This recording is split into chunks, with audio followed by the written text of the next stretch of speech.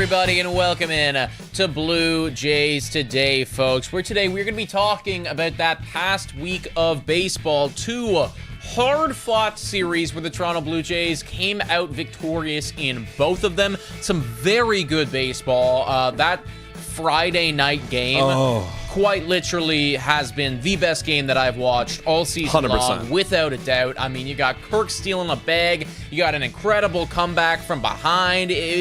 It literally had everything. What's crazy is the Kirk stealing the bag had nothing to do with the outcome of the ball game, but that was the highlight of the game. Well, people cared more. That's what's crazy, because it was a phenomenal comeback. Yeah. But more people are talking about the Kirk stolen base than anything. Because I think, honestly, it's one of those moments where you go, like, what the hell is on my television screen right now? And it does feel like it's almost a tie-in to this Toronto Blue Jays season as a whole, where it's like, nobody expected this. Nobody saw it coming. And yet, there's Alejandro Kirk walking into second base, similarly to how the Toronto Blue Jays are leading the AL. No one saw it coming, but they are still there right now. Shout out to the 100 individuals who are watching right now. We're going to talk about that series. We are going to talk about the update that Mark Shapiro gave about Bo Bichette and his contract. We are going to have a special guest joining us today. His name is Aaron Benrose. You've probably seen him on Instagram or TikTok. Does a lot of Blue Jay stuff. Going to pick his brain. And then, of course, we're going to get to the upcoming series. But before all of that happens, we do need to provide a very big Blue Jays Today announcement. Tomorrow, 11 a.m. Eastern Standard Time. Mark it in your agendas. Max Scherzer is going to be joining the Blue Jays Today boys. We just recorded one of my favorite interviews of all time ever. He was incredible to talk to. Really, nothing was off limits at all. Just a phenomenal human being, and I am so excited for you guys to see what it is that Mad Max has to say tomorrow, 11 a.m. Be there, guys. Mark it in. Honestly, like most interviews we have with players, I'm like, okay, we got to get the questions out of him. He just feels like we're just chatting at a bar with a buddy that you've known for years. He's such a genuine, down-to-earth person. Seriously. Love that conversation. I can't wait for you guys to get a look at it. Again, mark it in, 11 a.m. Eastern Standard Time. Check it out, and everybody. I cannot say how grateful I am to be in a position now where we get to talk to a future Hall of Famer, somebody at the pinnacle of the game of baseball, been there, done that, seen everything there is to see, and a key contributor on the Toronto Blue Jays right now in what's been their best season in years. Cannot tell you how grateful I am to have that opportunity. So thank you to every single one of you for liking, for subscribing, for commenting, for sharing, for all of the times tuning in with us on a regular basis. You have allowed us the opportunity to be able to do that, and I'm so excited for you to see what it is that he has to say. And there's got to be more coming, ladies and gentlemen. Blue Jays Today, big year for the guys. Thank you guys so much. We couldn't have done it without you. It's a beautiful domino effect you guys create here in the community for the boys. Without further ado, let's get into some Blue Jays baseball, shall we? Let's start out with the J of the week, and I had to pull this up. I put it out like 30 minutes before the podcast because, as you know, we just talked with Mad Max, so I whipped together this thing last second. But it's clear and obvious who the J of the week was for the Blue Jays. You guys voted for it, so without further ado, here it is, ladies and gentlemen.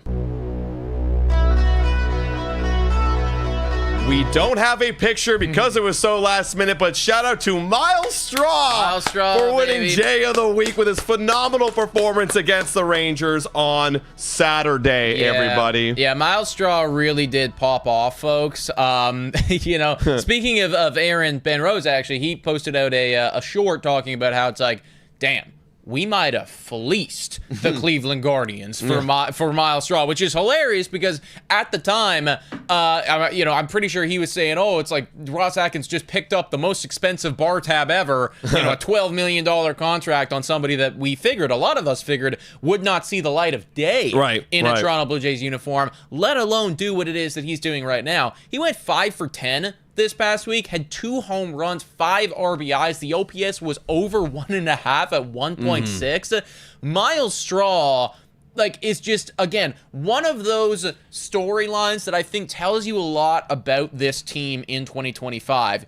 You didn't expect it. You didn't see it coming. You honestly don't even know how it's happening. Right. But it's happening, and he is contributing in a big way. Yeah, he is. I see a lot of people saying Kirk. Now, Kirk, of course, he was phenomenal as well, but overall stats wasn't up to those guys. A lot of good players. I mean, that's what happens when you're a winning team. You're going to have some great moments. You're going to have some great weeks. I mean, Vladdy for the entire season was putting up consistent weeks, and he was always in my top 4, top 5 in terms of the polls. But obviously, there's always someone else that does a little bit better. That's the thing, right? And don't get me wrong, Alejandro Kirk. I mean, I think he is deserving of of the week this week. I also think Jeff Hoffman is deserving of one as well, right? We've been getting on Jeff Hoffman so much about some of the poor performances that he's had.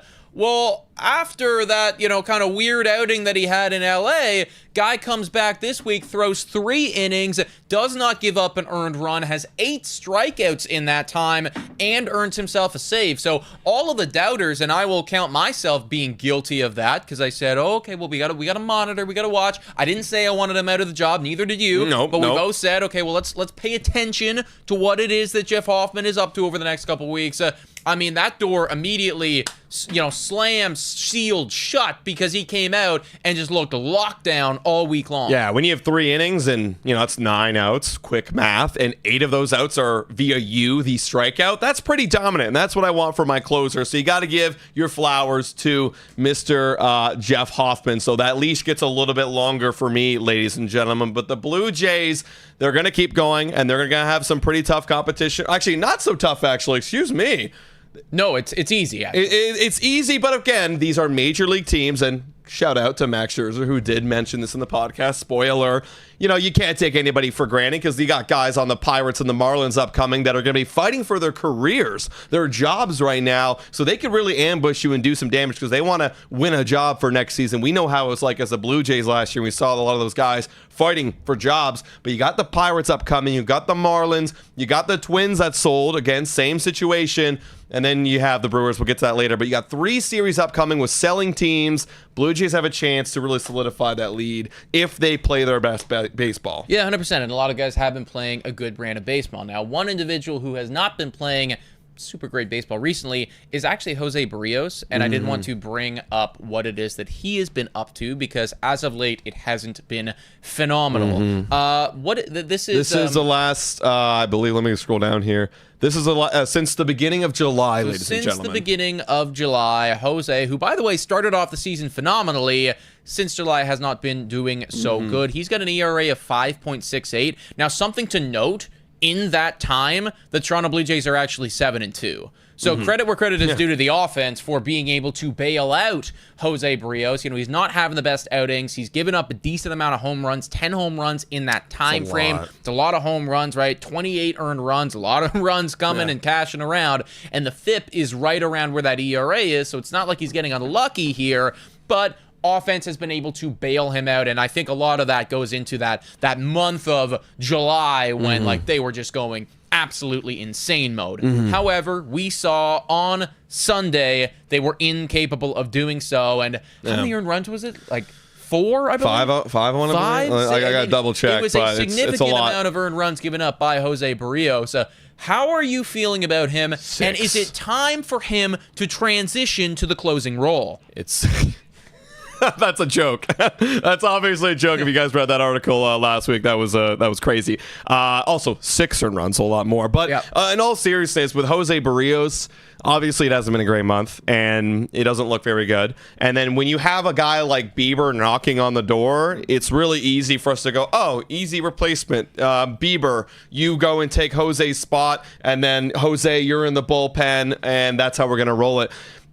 Is that a possibility? Sure, John Schneider might roll up with that possibility, but you got a few series upcoming where maybe you want to work out a 6-man rotation, maybe you don't want to work out a 6-man rotation. If I was the Toronto Blue Jays and I'm seeing what Jose is doing right now, first things first, I need to talk to him. How are you feeling? Are you hurt? Do you need some rest? What do you really need right now to figure out your stuff? Because he obviously can't go to AAA on some sort of assignment and work it out. What do you need to get back into competitive ball games? Sometimes just going through the tough times is the best way to do it.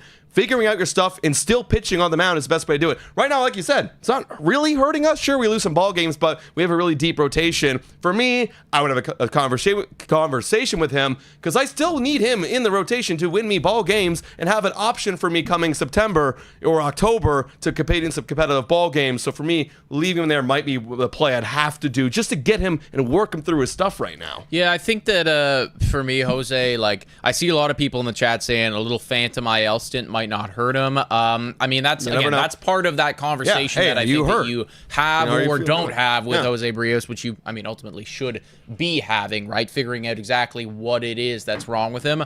I don't think I want to go this far at all, Dab, saying Berrios is cooked. I don't feel that way. I think that Berrios has earned himself, at the very least, the benefit of the doubt from us, right? He's been here for a long period of time. He has had his ups. He's also had his downs. This is a down right now.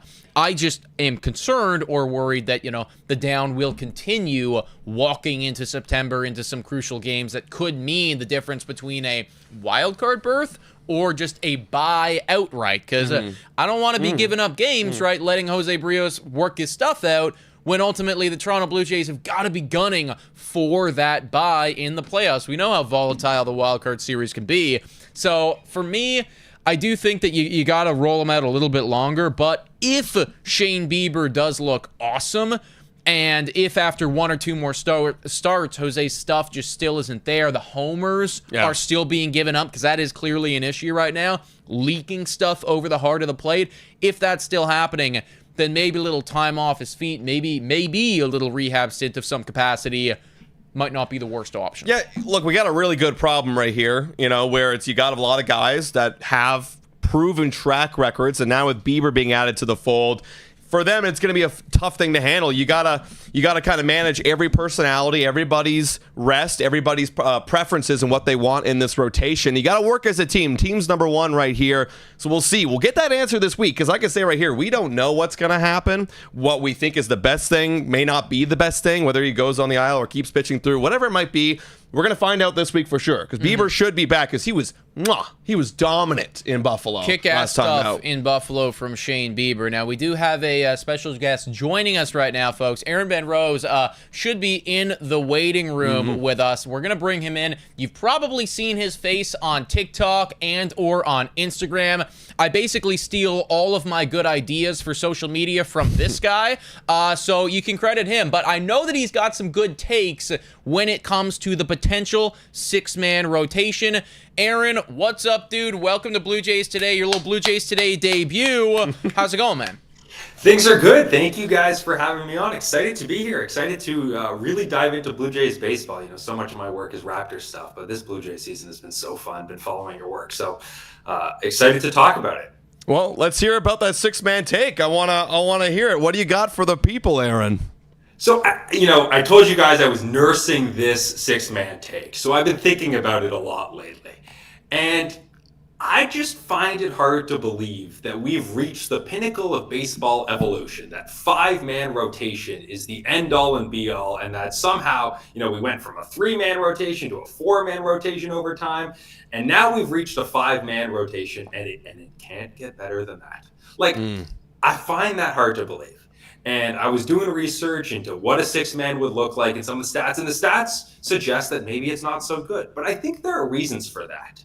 When you add a sixth man to a rotation, typically you're adding a sixth best starter, and that guy is not very good. Most teams don't have five good starters, let alone six good starters. So why does your ERA get worse? Well, it gets worse because you're adding a bad starter.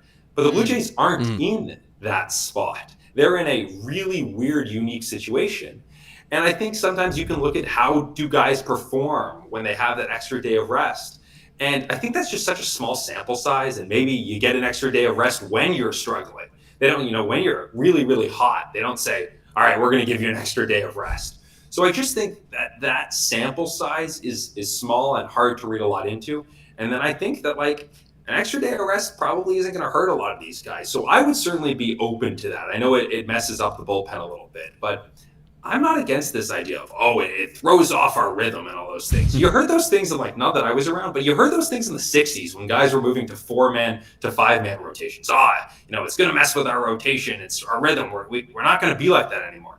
And it's just and now we're here. So yeah. I think we can keep pushing it. Yeah, like for me, look at the rotation. These aren't rookies. These aren't guys that haven't done it already. Like all it takes is a conversation, and they've definitely been having this conversation, especially since Bieber been traded. Guaranteed they've been having these conversations. Everybody like, hey, what do you need? If I'm talking to individuals right here, what do you need to get ready? You're thinking of doing X, Y, Z, maybe moving to a 6-man, maybe keeping a 5. What do you think? So it's not like, oh, all of a sudden Bieber comes up. Now we can't pitch right. They've probably been adjusting to what is about to come. So they're big leaguers and they're veterans for a reason. I also realized that we screwed up horrendously. We're terrible journalists. We were just talking to Max Scherzer. Why did we not ask him about this? That is something that is going to linger with me. That's true. But let's transition a little bit here and talk to you, Aaron, about Jose. Because Jose Berrios, he's had his ups, he's had his downs. Recently, it has been the latter down. We're seeing some stuff get left over the heart of the plate, and the opposing batters are punishing him for it. He has been taking yard a lot over the last couple outings. Thoughts on him? What's going right? What's going wrong? And if they were to do that 6-man rotation, I mean, I know you were saying it's like, oh, well, we don't have that, right? We don't have the problem of like one guy is bringing us down. If Jose Berrios was to continue not perform optimally, do you think that maybe that would be a reason to not have the 6-man rotation and go with the 5 guys instead? Yeah, I think what's good about a 6-man rotation is everyone can get a little bit of time off, and some of these guys, Berrios in particular and Gausman as well, but a lot of these guys have pitched a lot of innings for a very long time. So giving them an extra day off, I think would really help. But if you ask Max, or if some of these guys are like, we really hate a 6-man rotation, and even then, I'm not totally sure they really know enough to know if they hate it. But hypothetically, if they were like, I'm not doing this, well, you look at Berrios' numbers this year, and just even his velocity numbers, like they are down. And I think that like 1 mile an hour on your fastball and 1 mile an hour on your sinker, like those make a difference. And if the guy's never missed a start, so maybe he wants that Iron Man, maybe he wants to be Brett Favre or whatever. But if you could sell to him like, dude, just take 2 trips off, like just take a break, come back, because then you have like right now. I'm not entirely sure he's in the top 4 in a playoff rotation. And it'll be really tough to get Lauer into there. But like, if you're looking at the numbers, Lauer's been better lately. Yeah. And yes. Yeah. if you want Berrios, like if you're going to say to him, like, dude, you're not in the top 4. So how about you take, a trip on the IL, one of these phantom ILs. Let's just give you some time, maybe skip 1 start, or you could just flat out skip a start, but give you some time off and let's come back and let's see if you're back at 94. Like, let's see if this helps you. And if it helps you, all right, I'm happy. Like, the first sign I get that Berrios is back, to potentially an ace, or at least the ace of this team, like a guy that you feel comfortable with, then he's right back in the top 4, right? Mm-hmm. We're looking for any reason, to put him in there. But I think if you can give him sort of 1 skip or 2 skips through the rotation to get him back to where his velocity is, where it was last year, then I think that would really, really help him. Yeah. No denying it. No denying it for sure. So who is your top 3 right now in terms of a playoff rotation? Because we've been kind of flirting with the idea. It's funny. We've been having this idea since May. Mm-hmm. It changes every other week. But now I'm starting to get a more solidified picture. Who's the top 3 for you in, let's say, a wild card or a first 3 in an ALDS? Yeah, I think the top 3 is starting to get a little easy to figure out. It's the top 4, that 4th guy that I think we're really struggling with right now. But the big question is, like, what does Shane Bieber look like? I heard you talking about how excited that Buffalo start looked, and Buffalo starts are great. Starting, game 1 or 2 against whoever it is, the Tigers. Can be a little different. Right. Like that is, in a big game, we're talking about something different. So, like, we're fortunate that, we can wait on, the Blue Jays can wait until October to make that decision. But I think right now, you look at how Max Scherzer's pitching, the thumb issue seems to be behind him. I feel comfortable with him starting one of those first 3 games. I know some people think he's good enough to start game 1, and sure. I think the Blue Jays don't have right now one of those, like, oh, this is the ace number 1 guy. Like, they don't have Tarek Skubal, who's like, obviously starting game 1. Mm-hmm. But they have 3 guys right now that hypothetically look like they could start any of those first 3 games. I think that's Scherzer, Shane Bieber, if he looks like old Shane Bieber, and then Kevin Gausman, who I think are we probably agree are your top 3. I think the question is who's number 4. Yeah, and I do think, like, honestly, the biggest strength of this team that I found on the season is the depth, right? Like, the depth of this squad to have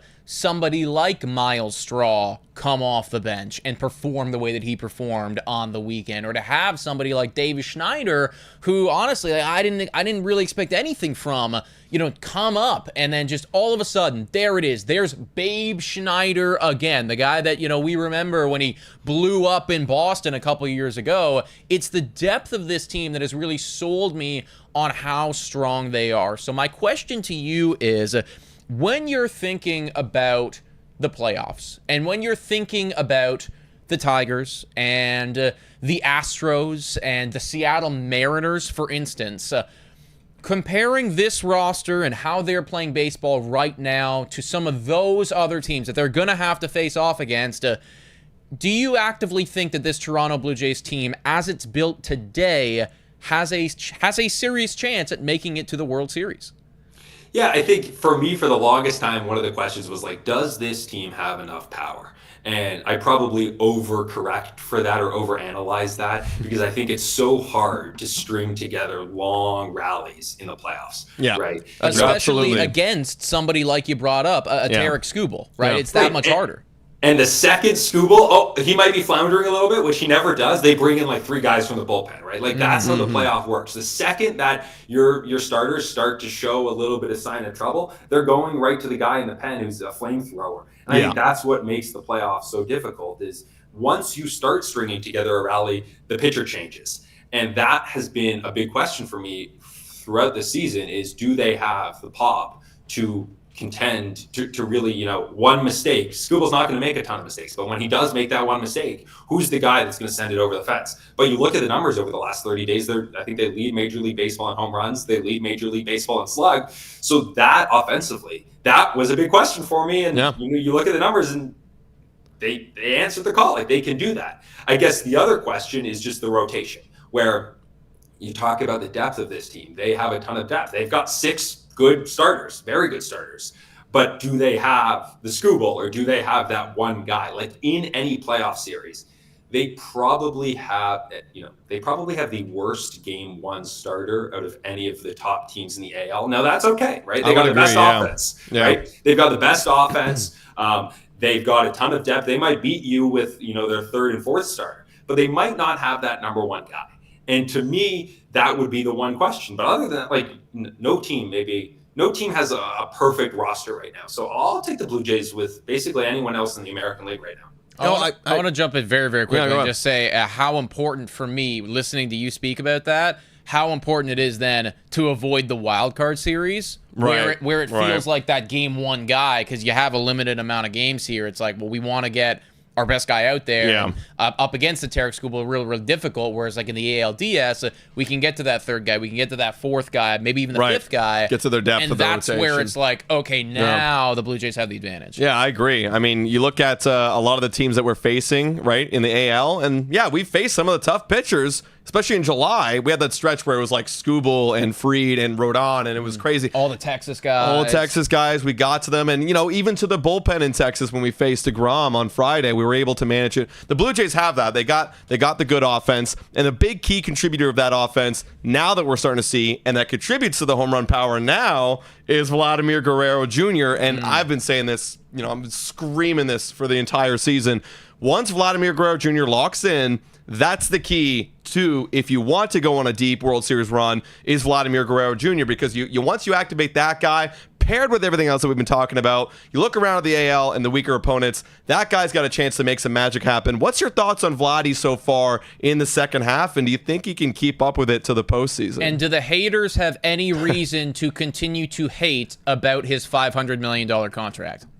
Listen, we got a long that contract. Like, my kids will be asking, what's going on with that Vlad contract when he's 40 years old. But for now, I think what you're seeing from Vlad is like that.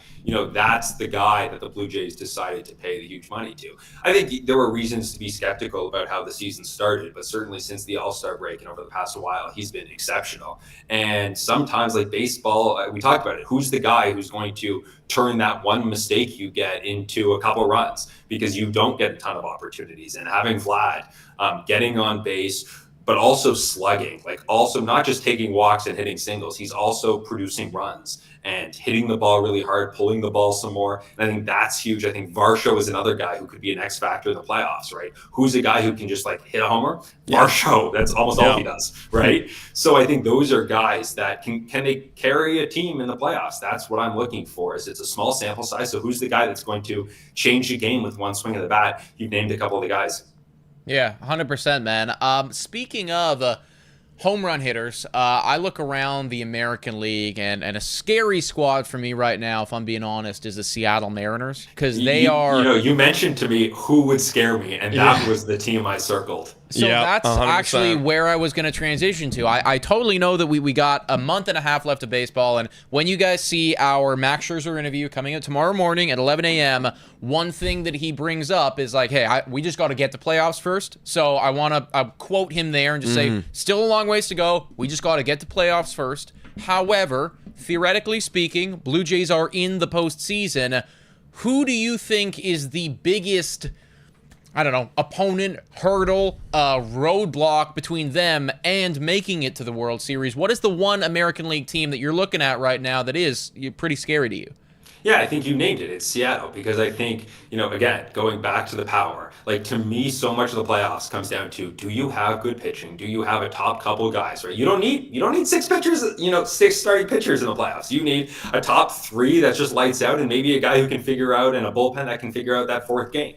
So who has a great starting rotation that can, and frankly, a good bullpen too. Yeah, and who has guys, right? And who has guys who can put the ball over the fence and turn those few mistakes? And if the Blue Jays pitching staff has sort of a weakness, it's that they can give up, fly balls, and they can give up homers. And if some of those, Max Scherzer gives up a lot of fly balls, and he's been really good at keeping them in the park. But if they go a little bit further because the guy is a real slugger at the plate, like that's how you have a problem in the playoffs. Yeah. And again, this is such a huge sample size sport, but in the playoffs, it's 1 or 2 games, right? It comes down to such small margins. And if you have guys like Suarez and Cal Raleigh who can just punish mistakes, and you have a pitching staff, we've seen this Seattle pitching staff in the past, like that's the team that I've circled is. Oh yeah. Those are the guys that have that combination of power and pitching that could really, make it tough on the Blue Jays. Yeah, I don't want a repeat of 2022, a quick exit, and that's the team that would do it to us. So hopefully we can avoid that matchup. If we face them in ALDS, I'll feel a little bit better, but I don't want a quick 2-game sweep. Last thing before we send you off here, Aaron, because we're going to talk about this in just a moment. It's the title of our podcast.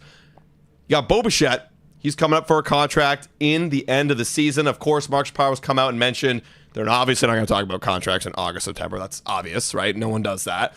But looking at Bo Bichette right now, he's doing very well, having a big bounce back year.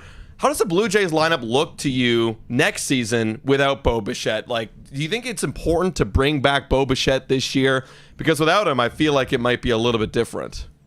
Yeah, I think a lot of it would come down to how they replace him. Like if they're just moving Jimenez from second base over to shortstop, and they're like, "Don't worry, we got our cleanup hitter," the way they did on opening day, that's not it, right? Yeah. So they'd have to come up. That's a huge loss. Like Bo has been the guy, very consistent for his whole career. Like he is Bo Bichette, with the exception of last season when he was injured. You can just look and sort of pencil in a guy who's going to lead the American League, sometimes lead the majors, get a ton of hits, not walk a lot, but drive in runs. That's what you're getting out of Bo Bichette. And just like erase that from the lineup would be really, really, really tough. And I think we've all had this amazing season from George Springer that nobody predicted.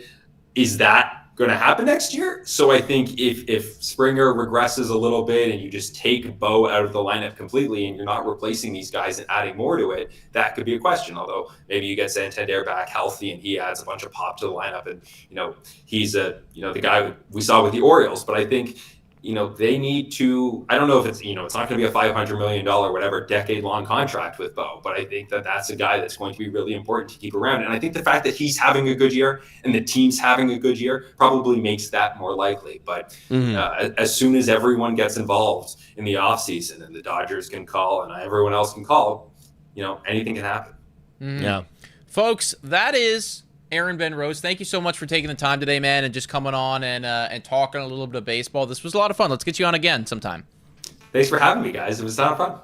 Cheers, Aaron. He is on Instagram. Is there any other platforms that you're on before I give you the shout out? Instagram, TikTok? YouTube, same thing. Aaron Benrose on YouTube, Instagram, TikTok, YouTube. I'm hoping to do a lot more of that stuff, so keep following my work, and hopefully, again, we'll do this again soon. Sweet. Thank you, Aaron. Thank you so much, Appreciate you, man. That was Aaron Benrose. I always genuinely think he does a great job with his analysis, and I often find myself when I watch his videos thinking about things in a different way. He's definitely got a unique and different perspective than that we do sometimes, and I think it is very, very refreshing. So I do highly encourage you guys to go check him out on your social media platforms. Let's give a quick shout out to one of the sponsors of this video.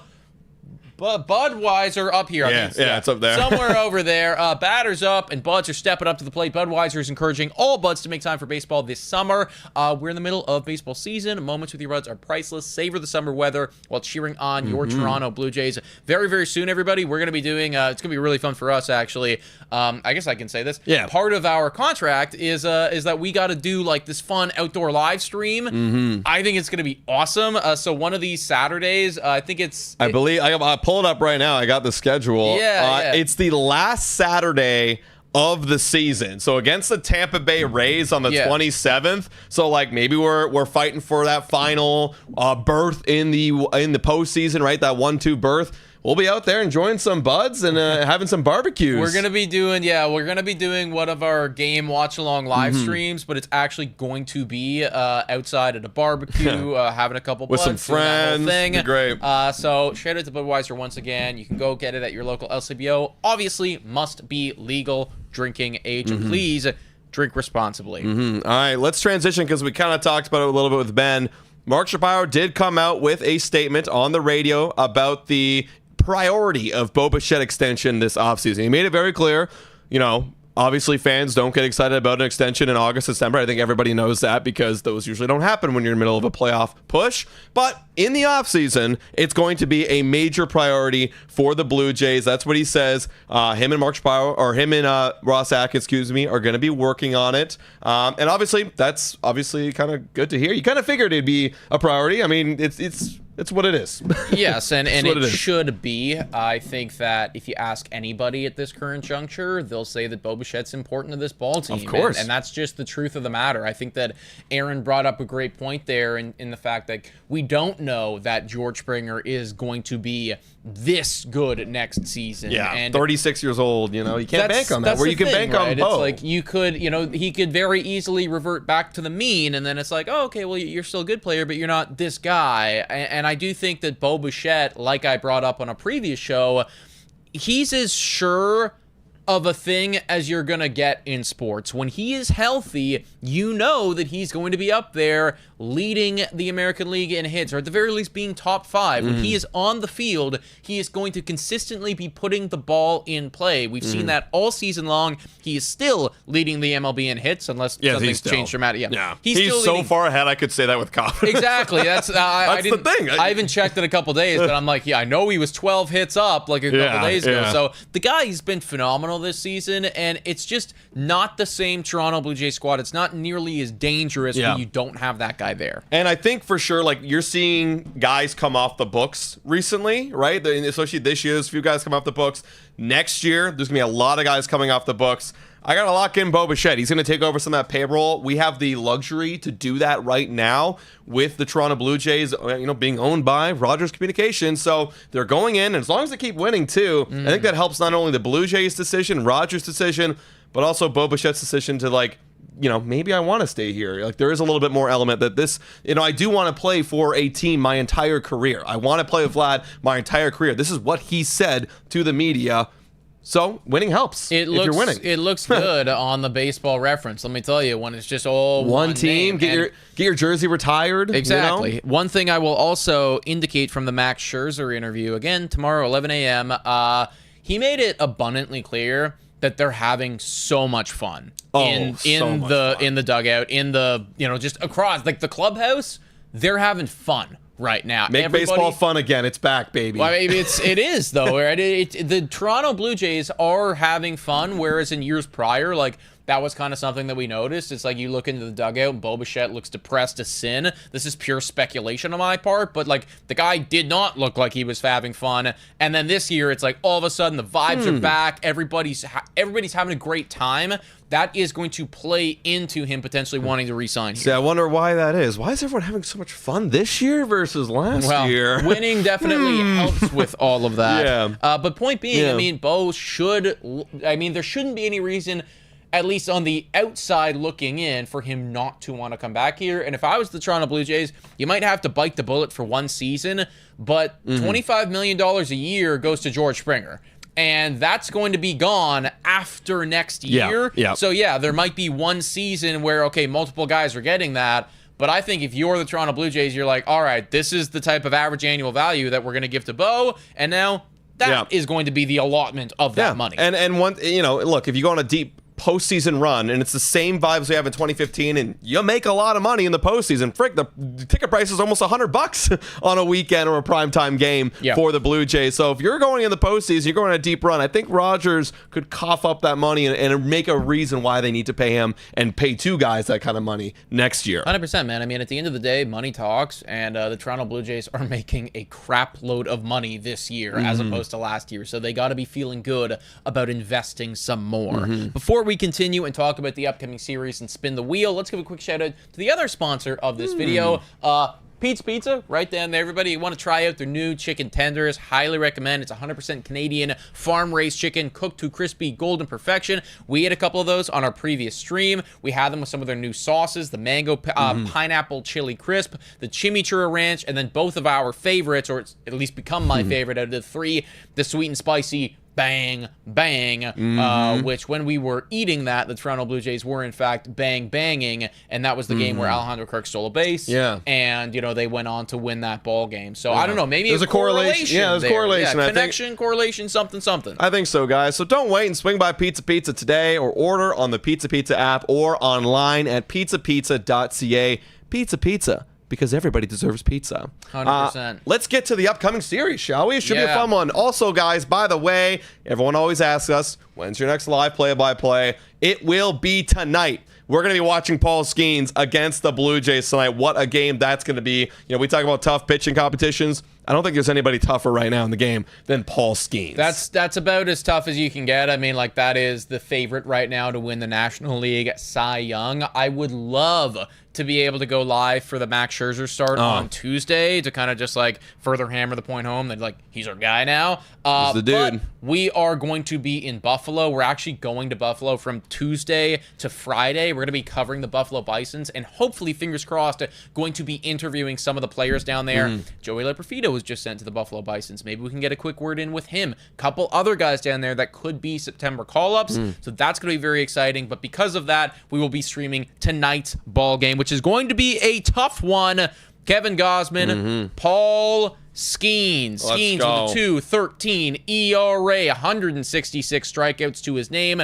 Gausman still been doing pretty good, though. He's got a 3.79 ERA, 8-9 record. It's the Pirates. We're in Pittsburgh. Pirates are not great, but still, it's a baseball team. And it's Paul Skenes, and they're going to be very tough, and they're going to roll him out for quite a while. And I love Kevin Gausman. I love the way he's been rolling lately. I think it should be a low-scoring affair. If I'm a betting man, which I am, you guys know it, I'm probably taking the under on this ball game right here.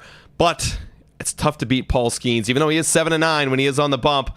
I'm going to give this to the Pirates right now. I'm going to give it to them. I mean, I think I'm going to go Jays here because I just think it. I think I'm going to go Jays because, again, it's like 7-9. Paul Skenes loses a lot of games. If this guy gives up an earned run or two, it's effectively game over for Pittsburgh just because they don't score a whole lot of runs. And Gausman has been playing pretty well recently, so if we can lock in a shutdown Gausman start, I actually think that 2 runs from the Toronto Blue Jays will do it.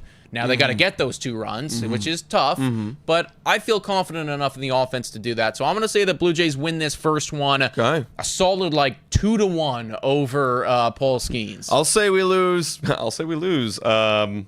3-2. Right. You know, we have a little bit more respect for the Blue Jays offense. So we lose 1-3-2. And then game 2, which is tomorrow, we've got Max Scherzer, who is now a Blue Jays Today guy. He's up against Mitch Keller, who was being flirted with right now by I guess back in July, for being traded to the Toronto Blue Jays. He's probably as mid, without being disrespectful, as they come in terms of the performances.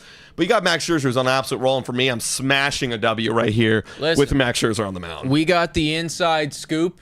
The thumb's feeling good. It's feeling the body's best. feeling better than ever right now. I cannot wait for you guys to hear what it is that he has to say about his thumb and what he was going through when he was on the bump, because there were certain basic human tasks this guy could not perform, and they were still throwing him out there to pitch a ball game. Now he can perform those basic human tasks, and for that very reason alone, Max Scherzer is going to dominate the Pittsburgh Pirates on Tuesday. Blue Jays win this one again.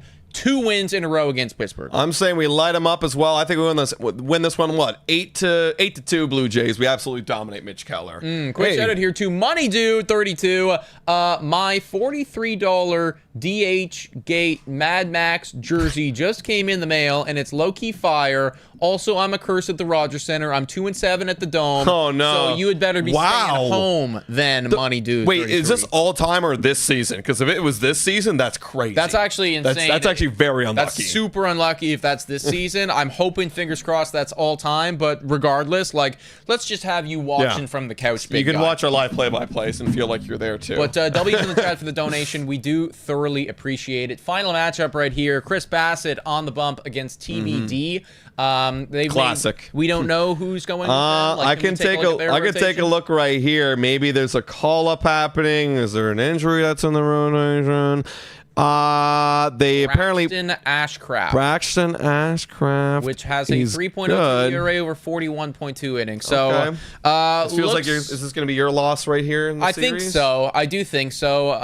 I think that Chris Bassett actually didn't finish with the worst line in one of his more recent starts. However, it didn't look thoroughly encouraging to me. He was all over the place. He was kind of all over the place, and I don't want to go so far to say that the guy got lucky, but it felt like that could have been a game when we were watching anyways where he got lit up for 7 runs or something. Yeah, he would have got the L right there because that was the game we were watching on Friday. That's right, and there were some crazy catches out there in the outfield that were saving him, and then a couple other liners that just so happened to go to people. So I don't know if Bassett's got his best stuff right now. I am going to bet that we do lose this one. So Blue Jays win the first 2, lose the last one here against Ashcraft. I'm thinking Bassett bounces back against a weak team Keep in the mind, Pirates. It's on the road. It is on the road, but for whatever reason, you got Thibodeau, Ashcraft, a good change by the time Wednesday rolls around. I think the Jays are going to feel hot after that one. I'm saying we win this one. It's going to be a high-scoring affair. Give me 9-5. 9-5 Blue Jays. So Blue Jays carry with the offense in game 3 for you. Yeah, and then we win it, but we win the series, and that's what you got to do, especially on the road against the Pirates. Hey, listen, quoting Max Scherzer yet again from our podcast, these guys are going to be tough, man. The reason why, and you might laugh at that when I say that, they're going to be tough because this guy's not playing for the jobs like Ashcraft. You know what I'm saying? Exactly. I mean, that's the thing. People often assume that, and I've been guilty of this before, but bad teams kind of give up as the season progresses. You could make a strong argument that it's actually the opposite because yes, these guys understand that their quote unquote team season is done, but they don't want their season in terms of their career to be done. Right. So they still got to put up numbers and earn their spot for next year. It's never going to be an easy win at the MLB level. That being said, though, I say that we win 2 and we lose 1 and keep the good times rolling. Well, that's that segment. Also, apparently, Drew says that there could be calling up a prospect. Okay, there you go. If they call us a prospect, light him up. Big I think league I like start. that even better. I like that way better. Even if he is a top whatever prospect, doesn't majority of the time, Paul Skenes is an anomaly, folks. That doesn't typically happen. Majority of the time, the first start is usually a rough one, and the innings could be limited. So that's all positive in my opinion. Yeah. Let's get to the final segment of this video, folks. It's Tom to spin the wheel. The spinning fortune, baseball, colorful, future determining, stat analyzing, and it's a wheel that we spin every week.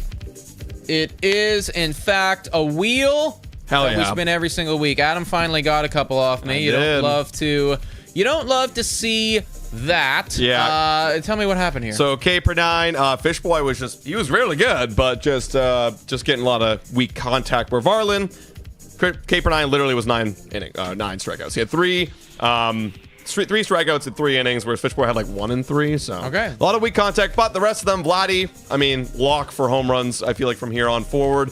And then Berrios, we just talked about on the show, struggling. Even though Bassett struggled, it didn't, like you said, didn't look as bad the final line, but Berrios did look pretty bad. Yeah, that's the thing. I mean, Bassett was he kind of got himself bailed out a little bit in that one. Did you guys fix the wheel yet? Yeah. So what I did was I moved around some of the categories that I haven't seen a whole lot to some of the spaces where we have seen recently. So I'm hopeful that this is going to, create some new things going on. But we'll see what happens. Again, it's all luck. You never know what could happen. You never here. know. Watch it just happen again. Stolen bases. Stolen bases and whatever. Whose week is this? It is your week. It's my week. Yeah. Okay. All right. My week this week, everybody. Let's see what we can spin. Good thing I put the bonus player at a spot that we usually and roll. There you go. There's the bonus player. All right. There So that is. proves it, everybody. That's proven. See, I did that. I didn't actually know it was my week or your week. So I did that. I was like, this is fair. I'll put it there. But lucky for me, I do get the bonus player. That's where stolen bases was. Oh, yeah. See, now it's going to happen a lot more. Might be some interesting